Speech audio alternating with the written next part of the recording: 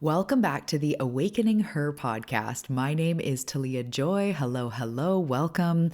Welcome back to the December Rebirth themed fun extravaganza. Let's call it a funzaganza. No, that doesn't really work. Anyway, we're doing some things this month about rebirth. We're diving deep into transformation, of course, the soul alignment, the spiritual growth, the manifestation, and really just staying on your path to really make the most of the end of the year and go into 2025 with some clarity, some momentum. And today we're talking about a topic that many of us have wrestled with or have yearned to learn more about or change, and that is money, right? We all spend money. Whether you have tons of money or not so much money, money comes into our life every single day. And the key to changing our situation with money is shifting, and I'll get into this in the episode, but shifting our relationship with money. And I like to think of these areas of my life that I wish to improve or transform as something I am in relationship with. So I'm in relationship with my health. I am in relationship with my business. I am in relationship with money, right? And so we're going to talk all about this. We're going to talk in true rebirth fashion and transformation. We're going to take you from where you are now or where you have been, how to dismantle this so that we can move into something that feels better. So whether you're feeling really good with money and you're just wishing to manifest more, or you feel really stuck with money, either way, this is going to really help you. So this one is all about leaving those old stories, patterns, habits behind, the worries, and stepping into a new paradigm of abundance, because money is your birthright and this is your money rebirth. Okay. And the last thing I wanted to say is that this is part of the December extravaganza, the rebirth month, and there is a special code word hidden within this episode that will give you access to a very special offer that will help you in your money manifestation path. So good luck finding the code word. Grab your London fog, your chamomile tea, or your mud water, and let's dive into this one. Hey, beautiful soul. Welcome to the Awakening Her podcast. I am so grateful that you've been led here, and I'm so excited for you that you're answering the call to manifest more magic in your life.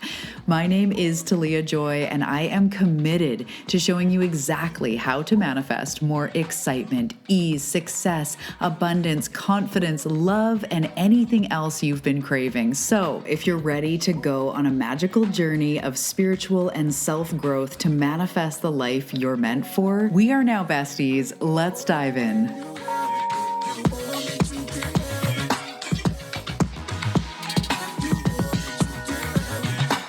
Okay, so let's start by pausing for a moment.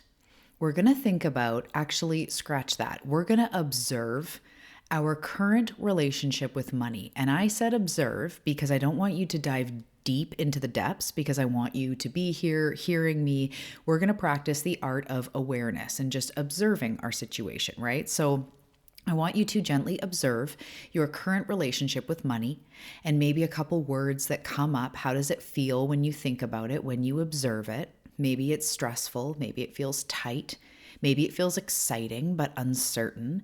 Whatever comes up is perfectly great. And we can even think about like a 1 to 10 today. How are you feeling in regards to money or in relationship with money, in the area of money? So maybe you've heard yourself say things like, I never have enough, or money is so hard to make, or even I'm just not good with money, or everything I do, it doesn't seem to make a difference. I never make any more money, or maybe even the theme of like two steps forward, 1 step back, or 3 steps back. It feels like you make some progress and then something comes along to take that away. So if this is resonating, I want you to know you're not alone, but I want you to think of that theme with money. Observe what has been the recent pattern. So many of us have grown up absorbing stories about money that were not even ours. And I am a total example of this. I think we all are, right? These are beliefs that are passed down from our family, shaped by society, and then reinforced by our own experiences. So myself personally, my mom was a single mom for some of the time when I was younger. There was in and out boyfriends, etc. But we lived on a farm. We raised pigs and chickens, and she can't canned food and all of this most of the time as a single parent, or at least intermittently as a single parent. And I remember a lot of that time being on our own in that way. And I remember her talking about how hard money was to make. We also lived extremely frugal, extremely poor, let's just say. There were even times where I believe my mom was on like social assistance. We received like a community Christmas hamper one year because we didn't have a lot of money. So I remember this narrative around money is hard. And I remember her saying, basically like teaching me, right? Money is really hard to make and easy to spend. And that was such a narrative that I've still been reprogramming. And one of the biggest things I've had to like unclaw from myself is this belief of like money is so hard to make and so easy to spend. So again, if this is resonating, you're not alone. Most of us grew up absorbing some story or another. So even I've had clients where their parents did have money, but there was a judgment around people that didn't have money, or you'd see a parent like what we would say overworking, like they're never home, they never have time with the family just for money. And no matter what it was, whether you had it or not, whether your parents were stressed about it or not, there were stories that got in there. And then, as I said, they're reinforced by society, people saying money's hard, or, oh, those people, they're poor, like they're worse than, or when people are wealthy, maybe your parents are like, oh, there's something sketchy going on with them. Like nobody has that much money. It's got to be drugs, right? We have all of these ideas around what it means to be poor, rich, whatever. So these beliefs get passed down, and then the stories get embedded in you as what now feels like truth. So until we kind of go to work dismantling them, they feel like truth. So we want to start with, what is the current relationship with money? And, as I'm saying, things like money is hard might come up. And then I want you to backtrack and think, was that the experience you had growing up? Who told you that? Who showed you that? Maybe your parents didn't say anything about money, but you always saw stress and tension. It can be so many different things. We want to just ask, was your experience like that as a kid? So if money is really up and down, was your experience like that as a kid, or was that a narrative you heard, that kind of thing? And often we find that there's these patterns that continue on. And that's just because we were, learning at that age. Our brain was very malleable, susceptible to, how things are. Like we're literally learning from our parents. The sky is blue, and this is an elephant, and money is hard, and this is your left hand, this is your right hand. Like it's fact. We just learn it. But now we want to realize that these stories are stories. And they're not absolute truths. They're just narratives that we've been carrying, and then they've been played out so they feel and seem true, but they can be rewritten. And that's what we're going to talk about today. So I like to talk with my clients and on the path as well about the turning point or the tipping point, where we get to this place where the risk to remain tight in a bud is more than the risk it takes to blossom. I know you've heard me say that a bajillion times, but it's such a pivotal point in the rebirth, in the transformation. So we need to shed what no longer serves us. We need to shed that. And when I used to hear people say that, it's like, we need to shed what no longer serves us and step into abundance. I was like, yeah, I'm looking to do that. Like I'm trying. And what we think of is like, maybe it's shedding like the debt or shedding the scarcity so we can step into abundance. But really, we have to look more nuanced. We have to look at the stories. We have to look at the habits. We have to look at your beliefs around money. There's no real other way around it. We have to look at how you relate, as I said in the intro, how you relate to money. What is your relationship like with money? You are in relationship. So that's where we start, right? Do we act out of lack and scarcity? Do we avoid our finances? Are we stressed about every little dollar? Are we frivolous and like kind of non-caring? We have no idea what's going in and out. These different things show us how we're being in relationship to money. So if you grew up with something similar like me, money's really hard to make and easy to spend, you may either carry that exactly out, like every time you make money, you're like online shopping and making sure you spend it quick, and it's not conscious. We're not trying to do this. It's just what we end up doing. Or you're always like noticing every dollar at the grocery store, every dollar here, every dollar there, and you're going, oh my God, it's just leaving, right? Like we'll have these different things that again feel true that back up that story. So we all have a money story. Your money story is the narrative you tell yourself, consciously or unconsciously, about your relationship with money or about how money is, quote unquote, how money is, right? It is what it is. It just is hard. It is, evil. It is whatever.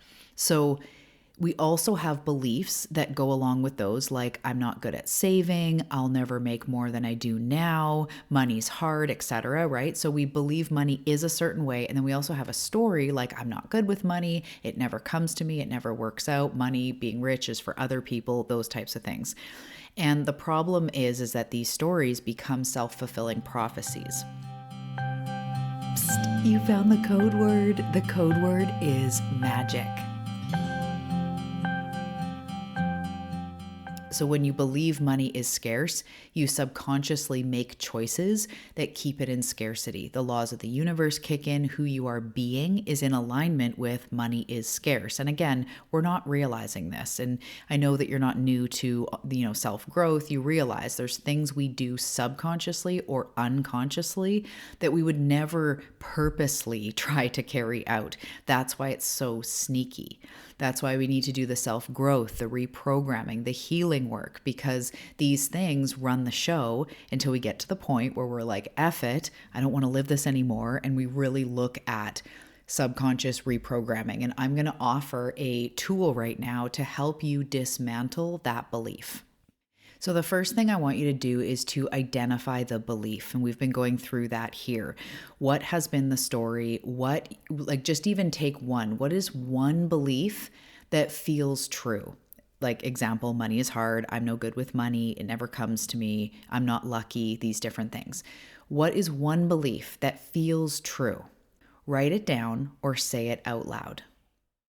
And then I want you to ask yourself, I want you to challenge yourself. This is the type of stuff we do on the path where I'm like, this is the tool, here we go. Ask yourself, is this belief absolutely true? Can you think of any examples when it wasn't true? Can you think of any time when money came easily, came unexpected, money wasn't hard, any time it came to you when you put out effort, anything that dismantles that story, even once, even like, yeah, I found a dime or I found $5 and that was like the easiest $5 I ever made, the easiest dime I ever made. It just showed up on the seat of my car or on the sidewalk, right? That was easy money. So we start to look at these times, even if it's just one, and we say to ourselves, and I always share this with my clients, I literally talk to myself and talk to my brain. I'll say, brain, see, you found a dime, that was easy. Money equals easy, or money can be easy. Or brain, remember that time a client came out of nowhere and just paid in full, and it was like 48 hours before, I had no idea who they were, and then all of a sudden they were ready to jump in. That was easy. I didn't have to strife and stress. That just came to me. What about that time I got a rebate from the government, a GST rebate or a whatever, tax rebate, and I totally didn't expect it? That was easy. So just thinking about these little things, even one. And then we start to flip that script and we start to rewrite the belief into something that in the future we want to believe, that we want to embody. So maybe instead of I'm no good with money, it could be, I'm learning how to become better with money. I'm learning how to be good with money. I honor money. I'm working on my relationship with money. Anything that shifts you out of an absolute. Money is hard. It sucks. Mo money, mo problems. Rich people are sketchy, and we take it out of that and move it into, I'm learning to open up with money. I'm learning that money can flow to me when I'm aligned, or I'm learning that money can flow to me unexpected. I'm open to ideas that lead to money, these types of things. So that's not this radical belief that you don't really believe. You're actually easing into it. You're using what I call a bridge statement to move you from money sucks into like, I'm a glorious, abundant goddess or whatever. We got to work our way there. You want to actually believe it. And if I'm working with a client, we're flipping up a belief, I will ask you, like, if you come to me saying, okay, I've got the new belief that I want to reinforce, I'll say, do you actually believe it? That's so important. So I am learning that money can flow to me. I am actively unblocking my abundance channel. I am learning how to be better with money. I'm learning how to love money. That type of thing will help you so much. It'll just switch up the energy. And then we need to anchor into the new belief. If you're a member of On the Path in the core trainings right at the beginning, we talk about conscious and subconscious reprogramming because we do have a brain. So we need to anchor into this new belief.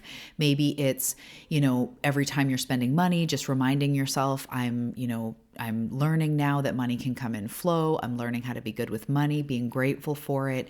Maybe it's expressing gratitude for money or writing out this new statement.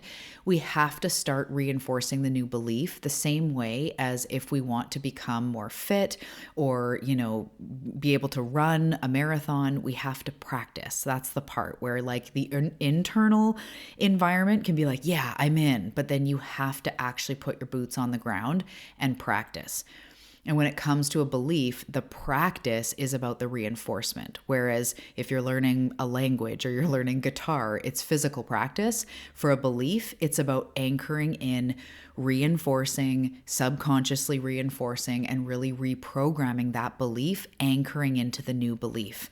So saying it to yourself often, meditating on the new affirmation or the new type of energy that you wish to call in, practicing embodiment, writing, scripting, just getting into that new energy in a repetitive fashion, like constantly. I don't mean that you have to obsess or be stressed, but the more you do it, the more it'll just become automatic. And then you've all of a sudden shifted where, yeah, I'm learning how to be great with money now feels really anchored, really, centered.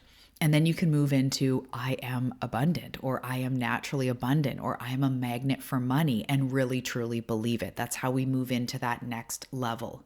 So I really hope that this has sparked some ideas for you.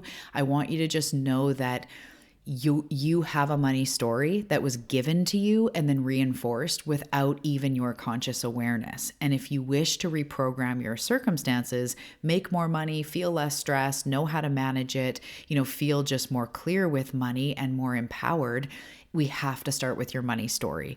It's not just about which investment and what sort of like weekly practice. That stuff is all really important, but it comes from the new energy. It comes from the new story. Because if someone came along, say you're someone who's really stressed about finances and penny pinching and helicopter parenting your bank account, and you're uptight, stressed about it because of what you've been through, and someone comes along and goes like, oh, you need to invest in this Bitcoin or this stock, even if that is a really great idea, if you're really uptight and nervous, you're not going to be as calm or centered to like make decisions. So you might make rash decisions. You might be hesitant, even if your intuition is saying yes. So it is about the physical practices, but it's about first and foremost where that's coming from. So imagine your new money story. Imagine a day in the life of your new money story, feeling confident and at ease with your finances, picturing money flowing into you, not being constantly stopped by this belief or this experience of money's hard, there's never enough, that kind of thing. This is your rebirth. You're moving from fear into trust. You're moving from scarcity into abundance. Whether, again, you have a lot of money or not, we can still be pinchy. I have had clients, many of them actually, or multiple, that have millions of dollars, and they can either be stressed about it or feel at ease. I have had clients that have a lot of debt, and they can be stressed about it or they can be in faith and trust. So it's really not about what the actual numbers say. It's an energy you hold. And this is your time to move from fear to trust, from scarcity to abundance, because it's not just about money. It's about shifting your relationship with money, your relationship to money.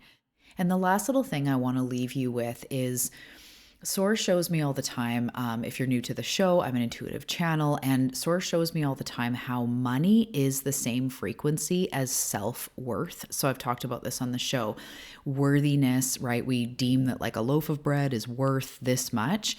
self-worthiness and monetary worthiness, financial abundance, and the energy of self-worthiness are very closely linked. So as we're talking about these money stories, I want you to also think about why we do this is because you are worthy of rewriting. You are worthy of abundance. You are worthy of taking the time to recode your mind, to look at these stories, to hash it out, to work it through. You are worth that. And sometimes we just endlessly chase something new without really taking the time to look at your own inner landscape, to clean up your side of the street, to look at your story, your history with money without shame, just with awareness. But you are worth that.